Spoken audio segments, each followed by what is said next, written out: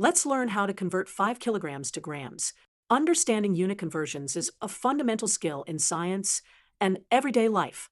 First, let's recall the relationship between kilograms and grams.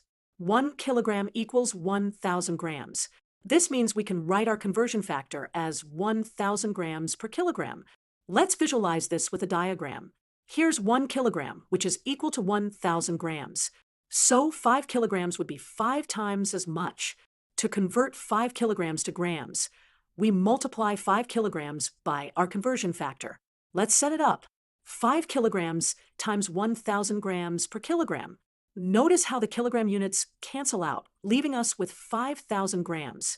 To convert 5 kilograms to grams, we multiply by our conversion factor. Let's set it up. 5 kilograms times 1,000 grams per kilogram. Notice how the kilogram units cancel out, leaving us with 5,000 grams. Here's another way to think about it. If 1 kilogram equals 1,000 grams, then 5 kilograms must equal 5 times 1,000 grams. 5 times 1,000 equals